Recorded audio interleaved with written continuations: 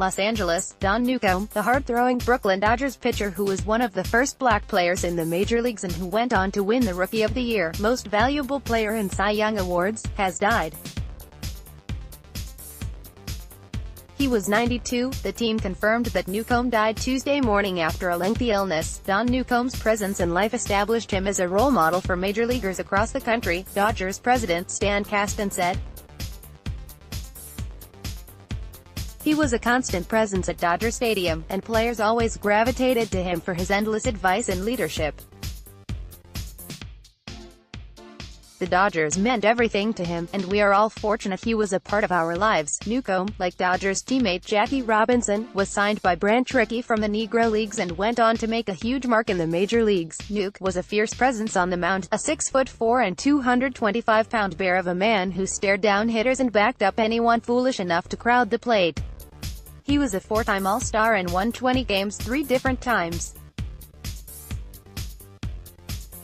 His greatest year was 1956 when he went 27-7 and won both the Cy Young Award, then only given to one pitcher for both leagues, and the National League MVP award. Newcombe, Robinson and catcher Roy Campanella were a trio of black stars for the Dodgers who often supported each other. "We came up with a strategy," Newcombe later recalled.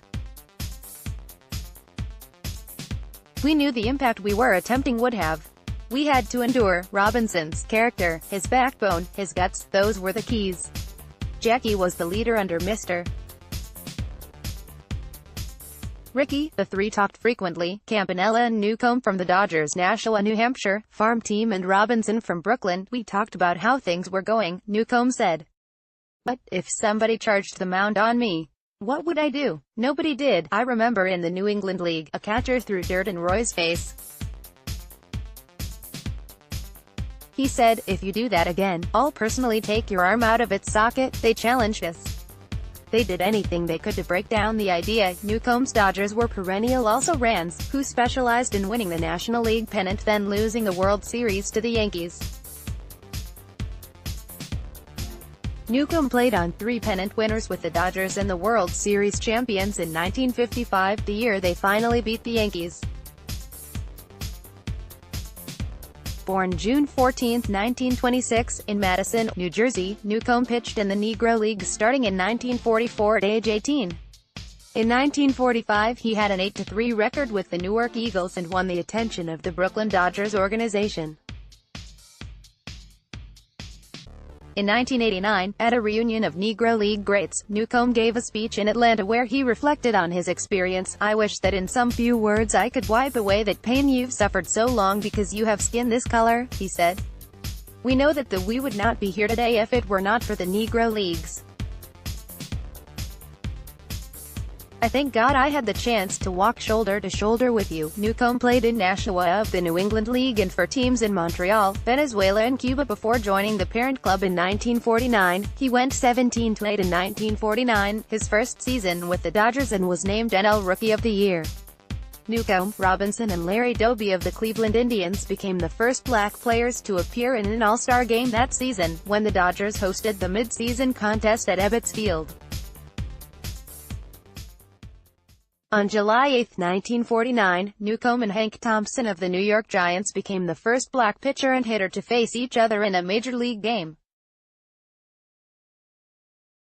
In 1950, Newcombe went 19-11, and in 1951 went 20-9, but he failed to win the season's most important game. He was the starting pitcher in the decisive playoff series between the Dodgers and the Giants, and he held a 4-1 lead going into the 9th inning. But he gave up 3 hits to the first 4 batters and was replaced by Ralph Branca, who quickly achieved baseball infamy when Bobby Thompson lofted a pennant-winning home run. The shot heard round the world. Like many ball players of his generation, Newcombe lost some prime years to military service, giving the Army the 1952 and 1953 seasons. "Wait until next year" had become a virtual mantra in Brooklyn as the Dodgers won the National League title in 1947, 1949, 1952 and 1953, only to lose the World Series every time. Then came 1955, the year next year finally came, in Brooklyn parlance.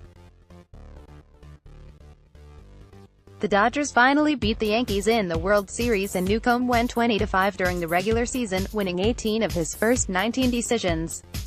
On the day of his 20th win, he hit his 7th home run of the season, a National League record for a pitcher at the time. But Newcombe always struggled in the postseason. He lost the first game of the 1955 series to the Yankees and was passed over in favor of Johnny Podres after preparing to pitch in Game 7. He was 0-4 with an 8.59 ERA in career World Series appearances. In his MVP year of 1956, Newcombe became the first black pitcher to lead either league in wins. Brooklyn won another pennant that year, but lost the World Series to the Yankees in 7 games, with Newcombe defeated in the final game.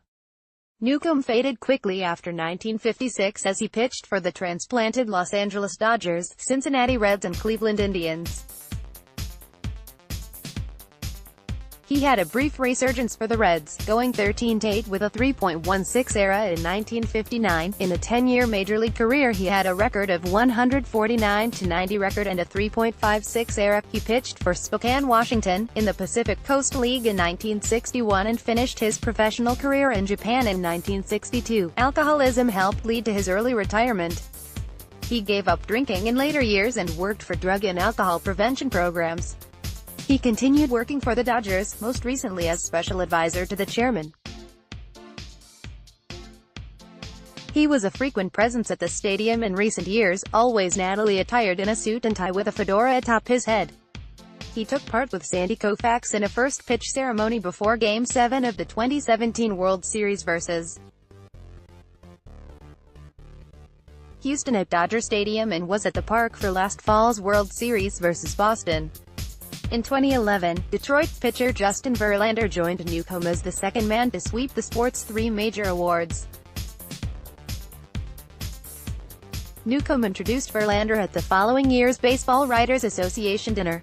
Newcombe wasn't elected to the Baseball Hall of Fame, due mostly to his Army and alcohol-shortened career. He kept virtually no memorabilia from his career. He sold his Rookie of the Year, MVP, and Cy Young trophies, along with his World Series ring, to filmmaker Spike Lee. He pushed for greater pension rights for former Dodgers and promoted the idea of a national holiday to honor Jackie Robinson. In 1968, Newcombe met with Martin Luther King Jr. Just 28 days before the civil rights leader's assassination. King had dinner at Newcombe's home in Los Angeles before returning to Atlanta.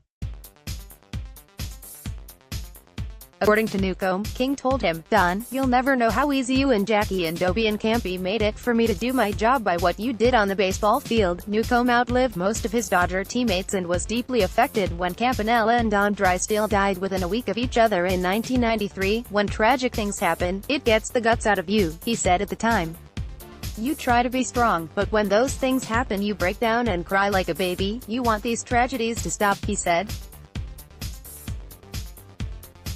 "You want to say, hey, God, hold on a minute. What are your plans for us? You want an answer, but there is no answer."